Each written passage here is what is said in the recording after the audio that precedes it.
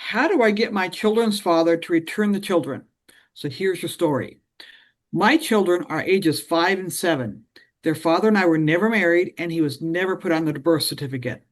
I left him about 2 years ago because of alcohol and drug abuse, as well as domestic violence towards myself and child endangerment towards our daughter when she was about 3 months old.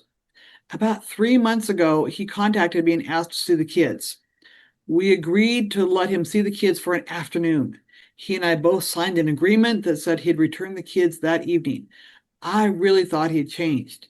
And then he refused to return the children. It's been 2 days now. I just got served with a petition to establish paternity, custody, parenting time, and child support. What do I do?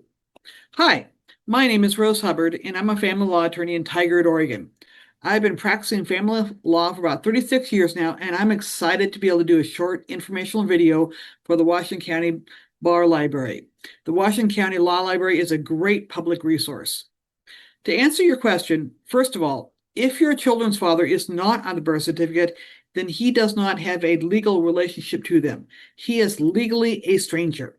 You can and should go to the police and let them know that he is keeping the children, that he is not legally their father. This is probably going to be considered kidnapping, and the police should help you get the children back. That will solve the immediate problem. But the bigger problem is that you haven't taken care of the business of establishing a relationship between your children and your children's father. Now that he has filed, you need to know what's going to happen next. Assuming you're not going to contest paternity, then the next step is that you need to take a parent education class. Until paternity is established, he cannot ask for temporary custody and parenting time. In most circumstances, the court and public policy strongly encourage both parents to significantly participate in co-parenting their children.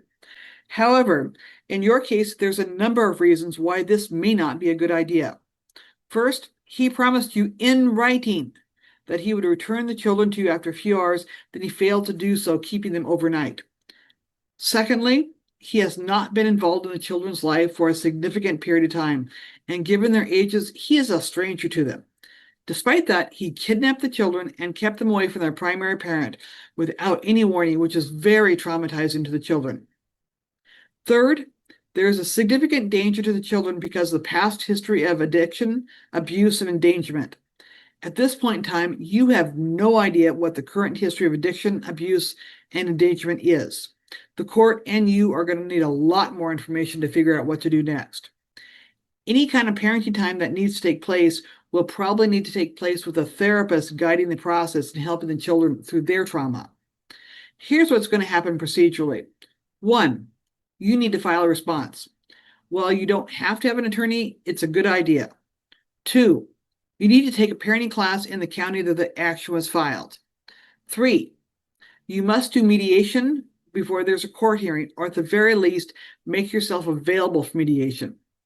4, you need to be prepared to exchange financial information so that child support can be established.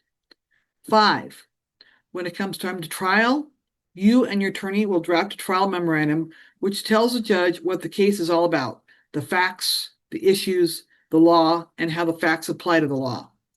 Then the judge will make a decision, and that will be put into a general judgment, which is the final resolution. This can be a frightening time for everyone involved, but especially for your children.